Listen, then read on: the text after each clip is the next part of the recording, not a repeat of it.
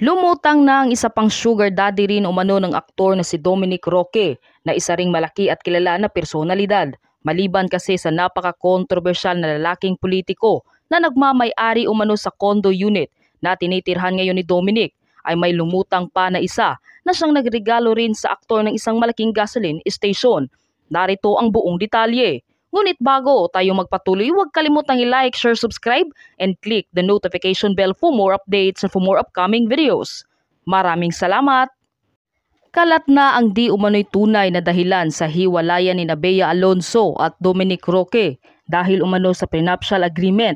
Ngunit matatandaang si Dominic pa umano ang nagsabi sa nanay ni Bea na siya raw ay pipirma sa nasabing kasunduan. Sa harap mismo ng kanilang abogado, isa-isa na nilang binanggit ang kanilang mga ari-arian upang kanilang proteksyonan sakaling hindi umano maganda ang kalalabasan ng kanilang pagsasama. Ngunit sa kalagitnaan nito ay nagulat umano si Bea Alonzo, lalo na ang kanyang pamilya, nang sabihin ni Dom na may gasoline station umano ito na kanyang pagmamay-ari. Nagtaka man umano si Bea dahil sa tagal na ng kanilang relasyon habang magkasama ay hindi pa umano kailanman binanggit ni Dominic sa kanya na may gasoline station ito.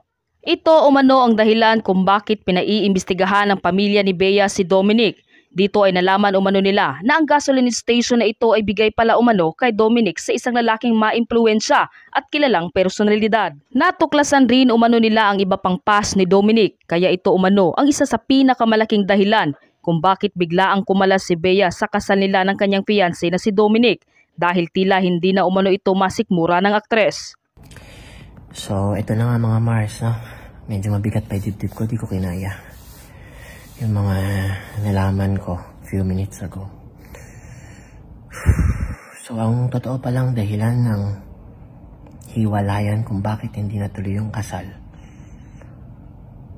Nung inaayos pala yung prenuptial agreement, syempre, prenuptial agreement, lawyer to lawyer, i-declare nyo lahat ng ari-arian nyo na nakapangalan under your name. May dineclare pala sila lalaki na gasoline station. So, ngayon, nagtaka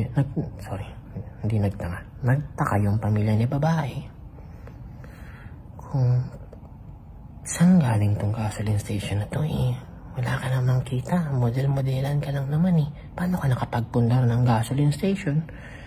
Pinaimbestigahan ngayon ng pamilya ni babae si lalaki. Then pala nagsimula ang investigation. Ito pala yung tinutukoy ni Madam Christy Permin. So, nung nag-iimbestiga sila, they found out that this gasoline station ay bigay sa kanya ng isang bakla. So, nag-dig deeper sila and they found out yung past niya lalaki. Na nagulat sila. Talaga palang ano siya before ng mga anis. Kasi nga walang-wala Tapos may isang mayaman na Juding, binigyan siya ng gasoline station. Kung sino yun, hindi ko na lang pwede banggitin dito. Ayun. Kaya hindi natuloy yung kasal. Oh my God. Shit. Naglabas rin ng kanilang komento ang ilang mga netizens ukol sa isyong ito. Ipinagtanggol rin ng ilang netizens sa aktor. Pag may nagbigay ba ng high-end condo, ibig sabihin ba nun may kapalit na nangyari? Hindi ba pwedeng dahil may naitulong ka kaya niregaluhan? Sagot naman ng isang netizens, "Girl, since 2017 pa namamakla na si Dom. Binigyan siya ng friend ko ng mamahaling gamit, pera pati ibang sponsors." Pinapatunayan naman ito ng isa pang netizens. Yes po, lalo na mga high-class na celebrity. Binibigyan sila ng mga dirty politics ng allowance. Sponsored po sila. Dito na tayo sa politiko. Sinabi ko nga po kanina na 2 senador po ang tumawag sa akin, si Senator Rapi Tulfo at si Senator Jinggoy Estrada. Natural lamang po na reaksyon niya ng mga politiko ngayon. Kasi hindi lang po showbiz ang binubulabog ngayon ng hiwalayang Dominic at Bea dahil meron ngang nadamay na politiko. Di ba? Di ba, Romel? Ano ba ang tanong mo dyan? Nako, eto na nga, maghihingi muna ako ng sorry sa aking mga kaibigan, nanay, na patuloy na nagmemesahe na baka sabihin niyo, suplada po ako. Wala po akong masasabi sa inyo, ngingitian ko lang po kayo dahil alam niyo naman po, ito ay antayin natin ang panahon ang mag-reveal kung sino siya. Okay. Diba? Ay, yan din ang sinagot ko rin kanina kaya Kuya Rafi at saka kay Senador Jinggoy. Halakhak, puro halakhak. Nanay, sabihin mo na, sabi ni Kuya Rafi, yung mga kasama kong politiko, binubuliglig ako, tinatanong ako, tanongin mo naman sa nanay mo kung sino yun para malaman natin. Si Senador Jinggoy naman, nanay, nasa Senado ba yan politiko? Nasa mababang kapulungan? Ano ba? Anong posisyon niya? Wala akong sasabihin. Sabi ko, eto po ang taya ko sa issue na ito. Kami po ang naglantad nito. Alam ni Dominic Roque na hindi imbento ang kwentong ito. Alam ni Dominic Roque na totoong may pangalan ng politiko na dapat sambitin sa isyong ito. Alam ni Dominic Roque kung sino ang may-ari at kanino nakapangalan ang condo unit na mamahalin na tinitirhan niya.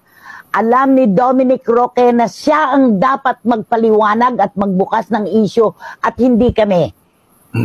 Yun ang akin taya dito. Kailangan siya ang magpaliwanag kung bakit lumulutang ang kwentong ito. Hindi pwedeng kami. Dahil hindi naman kami involved hindi naman kami sangkot. Diba? At saka, ang daming sources, kalat na kalat ito. Alam mo, Dominic Roque, na meron kang kailangan sabihin. Alam mo na meron kang dapat na linawin. Hindi namin sinabing karelasyon mo yung politiko. Wala kaming sinabing kahit ano. Pero ang pagpapaliwanag para maliwanagan ang mga nag-iisip sa iyo dapat manggaling. Ito nga po, lagi naman nating ipinagtatanggol saan mang diskusyon itong si Dominic Roque. Sinasabi natin na meron naman siyang pinagmulan na pamilya, meron naman siyang negosyo. Pero bakit napakaliit ng tanaw sa kanya at tingin ng ating mga kababayan sa relasyon nila ni Bea? Ito ngayon, ayon sa aming source, pinaiimbestigahan po sa pamilya ni Bea Alonzo kung ano ba talaga ang trabaho ni Dominic Roque. Ay, oo nga. Diba? Kasi may sinasabi niyang busy siya sa kanyang business. So, ano ang business? Ano yung business? Yung iba sumagot ng monkey business. Kanya-kanya na ng interpretasyon. Ano natin yung isang tabi natin yon. Ang sabi, meron siyang business. At nakatira siya sa isang super pangmayaman na kondo. Diba?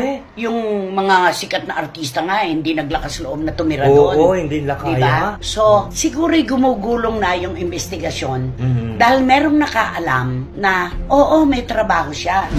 Pero walang definido na sagot kung ano yung trabaho na yon. At ang condo unit pala na tinitirahan nitong si Dominic ay nakapangalan sa isang napaka-controversial na politiko. Ay, so Politiko ang sinabi ko, lalaki ha. Lalaking politiko.